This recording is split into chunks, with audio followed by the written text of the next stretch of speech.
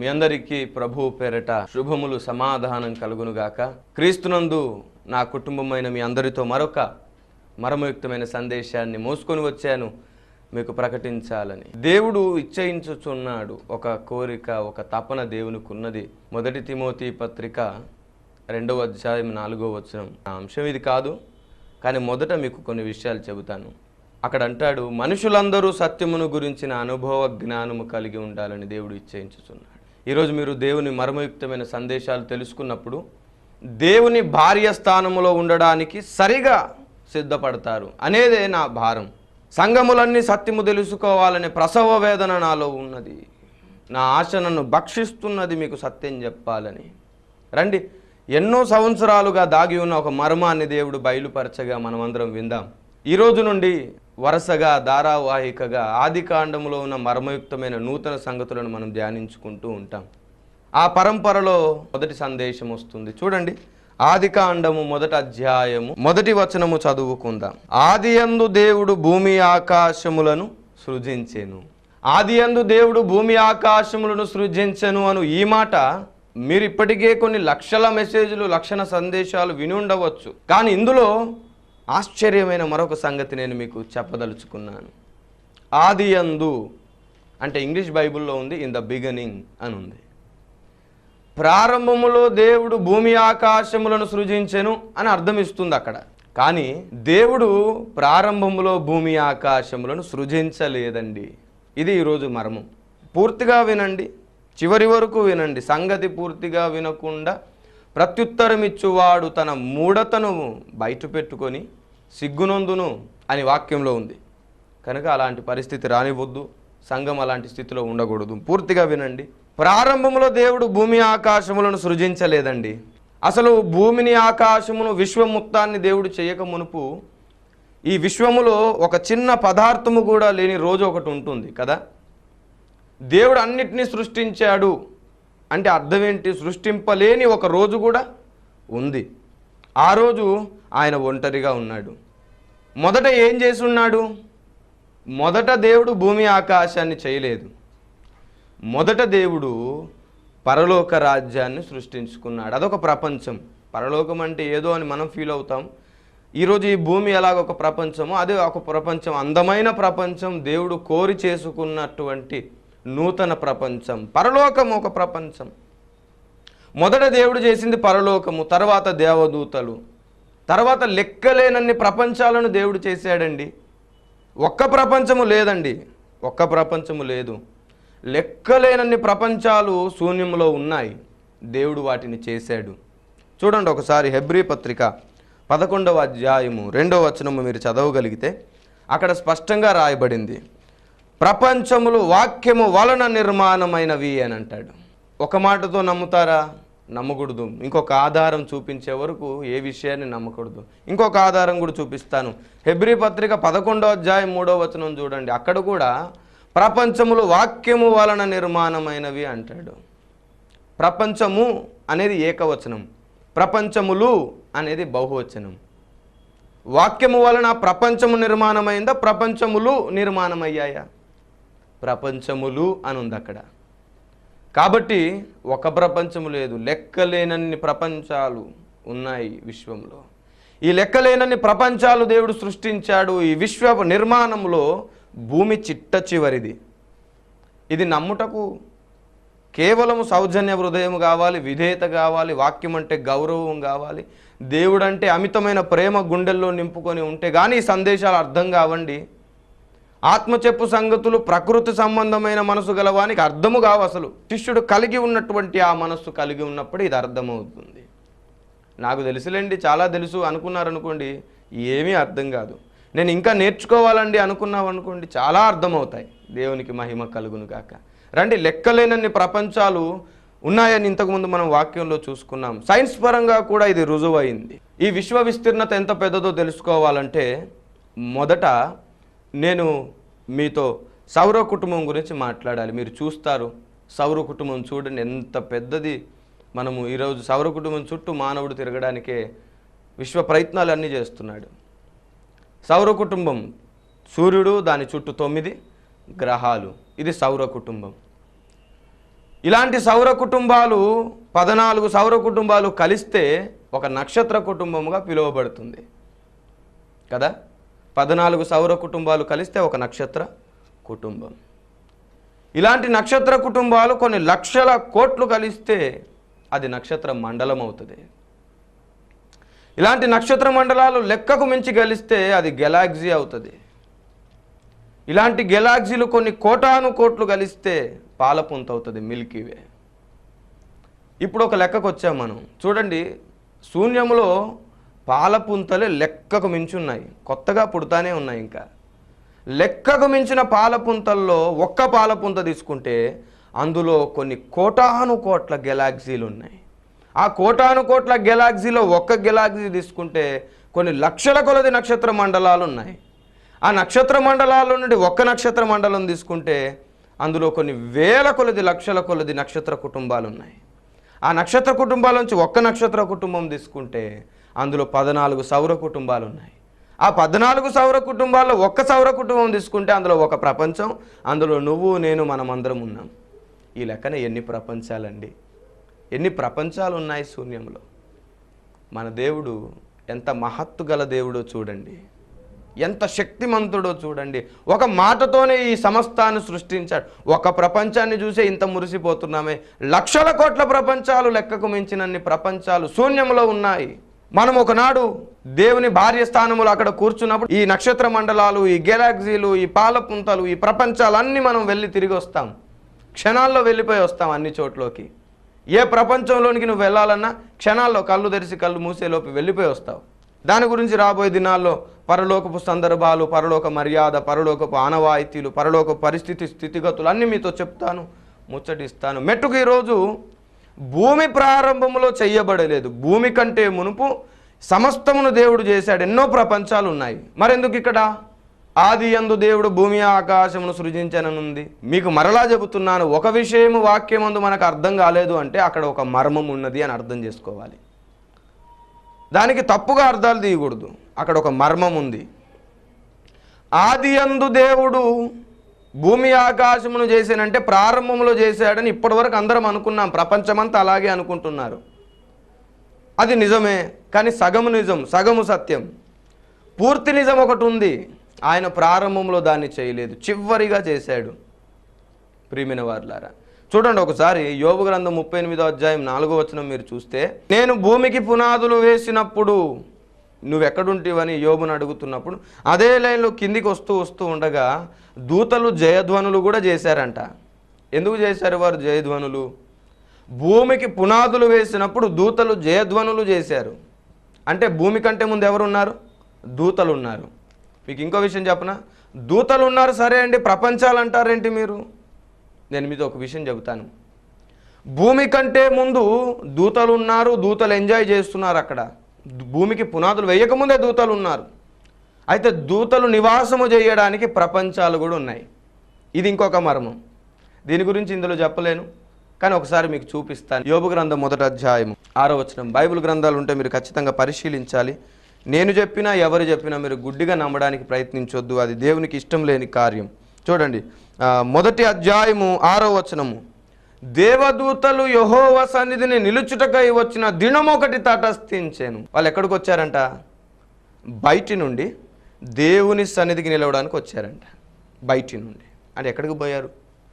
ఇప్పటివరకు అందరం అనుకుంటాం ఏంటంటే దేవదూతలు పరలోకంలోనే ఉంటారు, ఉండి నిత్యము గానం చేస్తూనే ఉంటారు, ఆరాధన చేస్తూనే ఉంటారు, స్తుతి చేస్తూనే ఉంటారు, వారు ఎక్కడికి వెళ్ళరు అని అనుకుంటూ ఉంటాం. మనం అనుకున్నట్టే దేవుడు ఉండాలనుకోవడం తప్పండి. దేవుడు ఎలా ఉంటాడో అలా మనం అర్థం చేసుకోవడమే కరెక్ట్. దేవదూతలంట దేవుని సన్నిధికి నిలవడానికి వచ్చిన దినం ఒకటి తటస్థించి ఆ దినం వచ్చారంట. ఈరోజు మనము ప్రతి ఆదివారం మందిరానికి వెళ్ళడానికి దేవుడు నియమించాడు. వారంలో ఆ రోజు ఖచ్చితంగా అందరం వెళ్తాం. అలాగే ఈ నియమము భూమి మీద లేనప్పుడు పరలోకంలోనే ఉంది. Praise the lord. ఎంత అద్భుతమైన సంగతి అంటే కొత్తగా ఏది లేదు ఈ భూమి మీద. ఒకప్పుడు ఉన్నదే ఇప్పుడు ఉన్నది, అక్కడ ఉన్నదే ఇక్కడ చేశాడు దేవుడు, అంతే. దేవుడు అక్కడ ఏది చేశాడు ఇక్కడ అదే చేశాడు. అక్కడ వాళ్ళకు కూడా ఒక దినం పెట్టాడు అందరు రావడానికి, మనకు ఒక దినం ఉంది. అలాగే దేవదూతలు వచ్చారంటే ఎక్కడి నుంచి వచ్చారు? గాల్లో వేలాడుతూ వచ్చారా? లేదండి. దేవదూతలు నివాసము చేయడానికి దేవుడు కొన్ని ప్రపంచాలను చేశాడు. ఆ ప్రపంచాలలో దేవదూతలు ఉంటారు. ఈ దేవదూతలు ఆ ప్రపంచాలలో ఉండి వారికి నియమించిన దినమున వారు వచ్చి ఆరాధిస్తూ ఉంటారు. దేవునికి మహిమ కలుగును గాక. ప్రియమైన వారలారా, భూమిని దేవుడు మొదట చేయలేదు, భూమి కంటే ముందు ఎన్నో ప్రపంచాలు చేశాడు. మరి ఇక్కడ మొదట అనే మాట వాడారు కదండి అనవచ్చు. ఇప్పుడు అసలు విషయంలోకి వస్తున్నాను రండి. ఆది అంటే ప్రారంభము అన్నది ఎంత నిజమో, ఆది అనే దానికి మరొక మర్మం ఉన్నది అన్నది కూడా అంతే నిజం. ఆది యందు దేవుడు భూమి ఆకాశమును చేసెను అంటే ప్రారంభంలో చేశాడని కాదు. చూడండి ఒకసారి, మీరందరూ మీ బైబిల్ గ్రంథాలు తెరిచి చూడండి. ప్రకటన గ్రంథము 3వ అధ్యాయము 14వ వచనములో, ఆమేనను వాడును నమ్మకమైన సత్యసాక్షియు దేవుని సృష్టికి ఆదియునైన వాడు.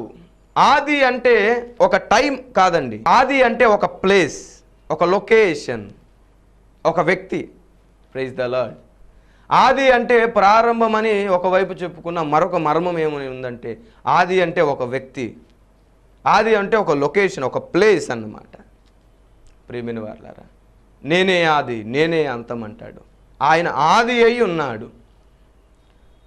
అయితే ఇక్కడ ఎందుకండి రాశాడు ఆది యందు దేవుడు భూమి ఆకాశమును సృజించెను అనే మాటకు అర్థం ఏంటండి అంటే, కొలసీ పత్రిక 1వ అధ్యాయము 16వ వచనాన్ని మీరు ఒకవేళ చూడగలిగితే, ఇప్పటి వరకు నేను చెబుతున్న దానికి పూర్తి ఆన్సర్ అక్కడ ఉంది. చూడండి. ఏలయనగా ఆకాశమందున్నవియు భూమి అందున్నవియు దృశ్యమైనవి కానీ అదృశ్యమైనవి కానీ అవి సింహాసనములైనను ప్రభుత్వములైనను ప్రధాన అధికారములైనను సర్వమును ఆయన యందు అని రాయబడింది. చూడండి అక్కడ, సర్వమును ఆయన యందు సృజింపబడేను. దేవునికి స్తోత్రం కలుగును గాక. ఇప్పటివరకు మనం ఏమని చెప్పుకున్నాం? ఆది అంటే ప్రారంభము అని ఒకవైపు మనం అనుకున్నప్పటికీ మరొక వైపు ఆది అంటే ఒక వ్యక్తి. ఎవరు ఆయన? ఆది సంభూతుడై ఉన్నాడు. ఆయనే నజరేయుడైన క్రీస్తు, ఆది సంభూతుడు. ప్రియమైన వారలారా, ఆయన యందు సమస్తము సృష్టింపబడ్డాయంట. ప్రారంభములో భూమి ఆకాశమును సృజించను అనే మాటను అర్థం చేసుకోవడానికి నేటి వరకు దేవుడు ఎవరికి ప్రత్యక్షత ఇవ్వలేదు అనుకుంటాను. మరి దేవుడి అంచె దినాల్లో మనకు ఆ ప్రత్యక్షత ఇచ్చినప్పుడు దాన్ని మనం అంగీకరించు వారమై ఉన్నాం. ఆది యందు అంటే ఆయన యందు అని కొలస్సీ పత్రిక రాయబడింది. ఆయన యందు సృష్టింపబడింది, ప్రారంభములో కాదు. ఆయన ప్రారంభమై ఉన్నాడు. ప్రారంభమై ఉన్న ఆయనలో ఈ భూమి ఆకాశాలు సృష్టింపబడ్డాయి. ఇప్పుడు రండి, ఇక్కడ ఆయన యందు సమస్తము సృష్టింపబడే ఉంది కదా. ఆదికాండం 1వ అధ్యాయం 1వ వచనం ఇప్పుడు మీరు చదవండి. ఆది అన్న దగ్గర ఆయన అని పెట్టండి. ఆయన యందు భూమి ఆకాశములు సృజింపబడ్డాయి. దేవునికి మహిమ కలుగునుగాక. ప్రియమైన వారలారా, ఇప్పుడు మీరు అనుకోవచ్చు, కలుపుతున్నారేంటండి, అక్కడ ఆదిని తీసేసి ఆయన అని పెడుతున్నారు. కలపట్లేదు. కలపడం అంటే అది కాదు. లేని విషయాన్ని పుట్టించడం కలపం, ఉన్న విషయాన్ని, ఉన్న సంగతులను బయటికి చూపించడం కలపడం కాదు. ఆది అంటే ఎవరు? ఆయనే కదా. మీరే అంటున్నారు కదా ఆయన అని. సరే, అదే మాటని ఇక్కడ పలకండి. ఆయన యందు భూమి ఆకాశములు సృజింపబడెను. ప్రియమైన వారలారా, ఈ భూమిని దేవుడు ప్రారంభములో చేయలేదు. అక్కడ దేవుడు ఎందుకు ఆ మాట రాయించాడంటే, నాయందే సమస్తం ఉన్నవి అని. మీకు చెబుతున్నాను, ఈ విశ్వ చక్రవర్తి గర్భాన ఈ విశ్వమంతా ఉన్నది. ఇదే అంశంతో మనం ఇంతసేపు మాట్లాడుకుంటూ వచ్చాం. ప్రియమైన వారలారా, విశ్వ చక్రవర్తి గర్భాన విశ్వమంతా ఉన్నది. దేవుడు సర్వాంతర్యామి అన్నది సగం సత్యం, పూర్తి సత్యం కాదు. దేవుడు సర్వాంతర్యామి అన్నది పూర్తి సత్యం కాదు, కానీ సమస్తము దేవుని యందున్నది అనేదే పూర్తి సత్యం. Praise the lord. విశ్వమంతటిని ఆయన గర్భము దాల్చాడు కాబట్టి విశ్వమంతటికి ఆయన తండ్రి, తల్లి. ఆయన మనల్ని కన్నాడు. ప్రియమైన వారలారా, సకల ప్రపంచములు ఆయన యందున్నవి. అందుకే వేదాలలో ఆయనకి ఇచ్చిన పేరేంటో తెలుసా? హిరణ్య గర్భుడు అని ఉంది. హిరణ్య అంటే బంగారము, హిరణ్య గర్భుడు. అరే, నీ పొట్ట చీలిస్తే అక్షర ముక్క బయటికి రాదు అని ఒక సామెత మనకి ఇక్కడ వాడుతుంటాం. ఒకవేళ దేవుని పొట్ట చీలిస్తే నీకు కనబడేదంతా విశ్వమే. దేవునికి స్తోత్రం కలుగును గాక. ఈ సంగతిని తెలియజేయడానికి వేదాలలో, పురాణాలలో దేవతల నోటిలో విశ్వాన్ని చూపించడం అనేది మనం చదువుతాం కదా. ఆయన నోటిలో విశ్వాన్ని మనం చూస్తున్నట్లుగా పురాణాల్లో రాయబడింది. ప్రియమైన వారలారా, పురాణాల్లో వేదాల్లో చెప్పబడుతుందంతా కూడా ప్రవచనము, జరుగుతుంది, అది నీడ. ఆ నీడకు అసలు రావాలి కదా, అసలు నెరవేర్పు. అక్కడ రాయబడింది వీరభోగ వసంతరాయుడు వస్తాడని కాలజ్ఞానంలో ఉన్నట్లుగానే ఒక రక్షకుడు వస్తాడు, ఒక మహనీయుడు వస్తాడు. ఆయన గొర్రెపిల్ల వలె మౌనిగా ఉండి కన్యక గర్భవతి కుమారుని కనినప్పుడు ఆయన్నే కంటదే. ఇషతోమ మా విగ్ధి కుమారి అని ఋగ్వేదములో ఉంది. స్పష్టంగా రాయబడింది ఆయన వస్తాడు. ఆయన వచ్చేం చేస్తాడు? మనందరినీ మోక్షరాజ్యంలోనికి తీసుకుని వెళ్తాడు ఆయన రక్తము కార్చి.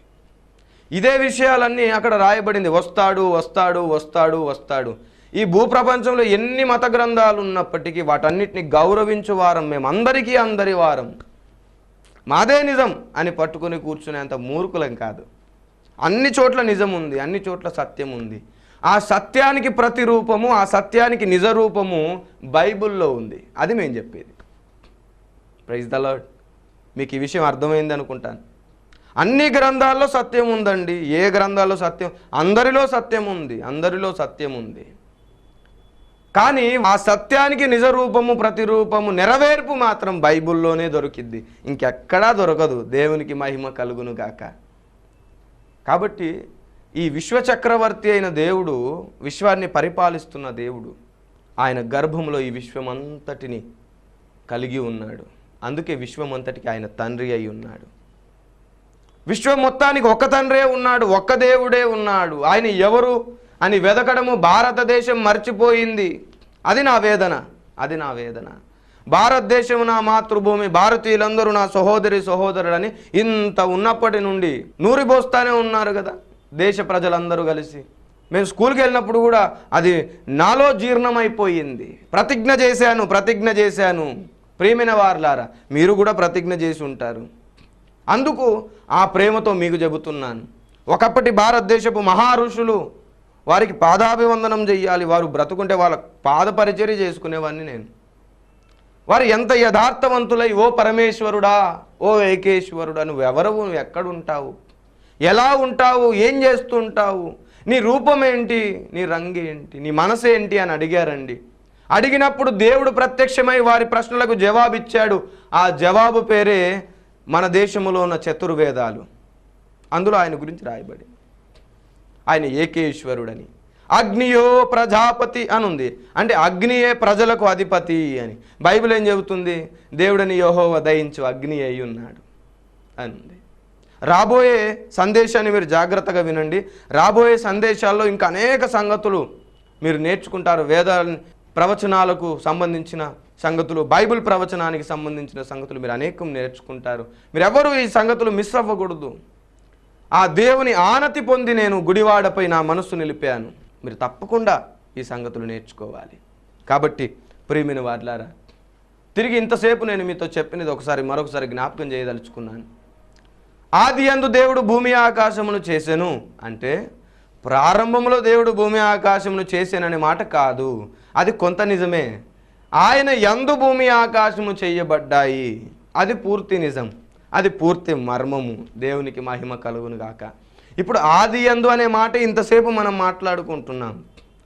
నేను ఇప్పుడు చదివిన ఆ వాక్యంలో ఇంకా మర్మం ఉన్నది, ఇంకా రహస్యమైన సంగతులు ఉన్నాయి. రాబోయే దినాలు ఇవన్నీ మీతో పంచుకోవడానికే దేవుని దగ్గర నుండి నేను ఆనతి పొందాను, ఆజ్ఞ పొందాను. మీ అందరినీ ప్రేమిస్తున్నాను, భారతదేశాన్ని మరి ఎక్కువగా ప్రేమిస్తున్నాను.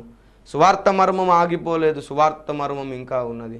ఆ సంగతులను ప్రకటించి పౌలు గారు ఆనాడు ఆ బలిపీఠమును ఉపయోగించి సువార్త చెప్పినట్లుగా ఏథెన్స్ పట్టణంలో ఈరోజు కూడా నా దేశ వేదాలను ఉపయోగించి సత్యము బయటికి తీసుకుని రావాలన్నది నేను నేర్చుకున్న సారాంశము, దేవుని దగ్గర నుంచి మేము పొందుకున్న ఆనతి. ప్రియమైన వారలారా, సత్యమందు ప్రతిష్ఠింపబడాలి. యోహాను సువార్త 17:17లో దేవుడు అన్నాడు, వారిని సత్యమందు ప్రతిష్ఠ చేయుము అని.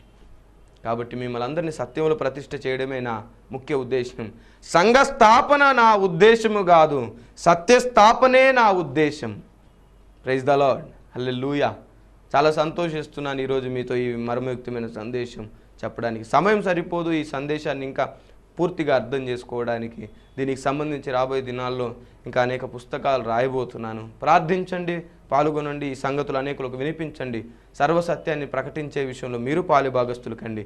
దేవుడు మిమ్మల్ని దీవించి ఆశీర్వదించునుగాక. ప్రార్థన చేసుకుందాం. మహాపరిశుద్ధుడైన మా పరమ తండ్రి, నిన్న నేడేకరీతిగా ఉన్న మా కన్న తండ్రి, ఈ భూమిపైన అందరి దగ్గర సత్యం ఉన్నది, కానీ సర్వసత్యం ఒకటి ఉన్నదని, ఆ సర్వసత్యము నీ బిడ్డలు నేర్చుకోవాలని, అప్పుడే నీ జ్ఞానము నేర్చుకున్నప్పుడే నీ భార్య స్థానంలో ఉండడానికి అర్హత కలుగుతుందని నీ బిడ్డలకు మీరు తెలియజేశారు. ఈరోజు మీరు గొప్ప మర్మాన్ని మాకు తెలియజేశారు. ఆదియందు దేవుడు భూమి ఆకాశమును చేసెను అనగా ప్రారంభంలో చేశాడని కాదు, ఆయన యందు చేశాడని అర్థం అని మీరు తెలియజేశారు. ఇలాగే ప్రభు ఎన్నో మర్మాలు బైబిల్ గ్రంథంలో ఉన్నవి. పైననేమో ఆది యందు అంటే ప్రారంభంలో అని కనబడుతుంది. లోకి వెళ్తే తప్ప ప్రభువా నీ మర్మము కనబడితే తప్ప నువ్వేమై ఉన్నావు, నీ శక్తి ఏమై ఉందో మాకు కనబడలేదు. నువ్వు విశ్వమంతటిని గర్భము దాల్చావని ఈరోజు మేము తెలుసుకున్నాము. గొప్ప దేవుడవు నాయన, నిన్న నేడు ఏకరీతిగా ఉన్న దేవుడవు. ఆకాశముని సింహాసనం, భూమిని పాదపీఠం, గర్భము దాల్చావు. మరి విశ్వములో అనేక ప్రపంచాలలో ఉన్నావు, తిరిగి మా హృదయాలలో కూడా నివసించడానికి ఇష్టపడ్డావు. అంత ఉన్నతమైన మహోన్నతమైన దేవుడవు. చిన్ని హృదయంలో ఉండడానికి మనసిచ్చావు. నీకు వందనాలు. మమ్మల్ని మేము నీకు అప్పగించుకుంటున్నాం. వాక్యం విన ఈ బిడ్డలందరూ సత్యము గ్రహించి ఇకనైనా సత్యాన్ని వెంబడించడానికి సహాయం చేయమని యేసు పేరిట వేడుతున్నాను తండ్రి. God bless you. దేవుడు మిమ్మల్ని దీవించి ఆశీర్వదించునుగాక. క్రీస్తునందు నా కుటుంబ ప్రజలారా, ఇప్పటి వరకు మీరు విన్న సందేశాలు మీకు ఆశీర్వాదకరంగా ఉన్నాయని ప్రభువు పేరట నేను నమ్ముతూ మిమ్మల్ని అందరినీ దీవిస్తున్నాను. మీరు ఇప్పటివరకు వింటున్నటువంటి ఈ సందేశాలన్నీ కూడా సీడీస్ రూపంలో సిద్ధంగా ఉన్నాయి. కావలసిన వారు సంప్రదించండి. సంప్రదించవలసిన మా ఫోన్ నంబర్ మీకు కనబడుతుంది. ఈ తర్వాత మీరు ఆ మెసేజ్ సీడీస్ అన్నీ కూడా మీకు స్క్రీన్ పైన కనబడుతుంది. మీరు సంప్రదించండి. మీకు తప్పకుండా ఈ సీడీస్ని అందజేస్తాం. మీ అందరి కోసం మేమందరం ఖచ్చితంగా ప్రార్థిస్తాం. మీ ప్రార్థన అవసరతలు మాకు తెలియచేయండి. దేవుడు మిమ్మల్ని దీవించాలని అహర్నిశలు హృదయ భారముతో నింపబడి ఉన్నాం. కేవలం ఒకే ఉద్దేశం, ఈ గుడివాడ పట్టణం అంతటికి సర్వసత్యము తెలియాలి. సర్వసత్యమంతా ప్రతి సంఘానికి తెలియాలి. దేవుని జ్ఞానము, దేవుని శక్తితో నింపబడి అసత్య బోధలను గుర్తుబట్టి సత్యబోధను తెలుసుకొని నిగ్గు తేలినటువంటి నిప్పు నుండి బయటికి వచ్చిన బంగారము వలె సంఘాలన్నీ చేయబడి సేవకుల తపస్సు, సేవకుల కష్టమంతా నెరవేర్చబడి అందరూ శిష్యులు అవ్వాలని భారంతో ఇదంతా చేస్తున్నాం. దేవుడు మిమ్మల్ని దీవించాలని మనసారా కోరుకుంటున్నాం.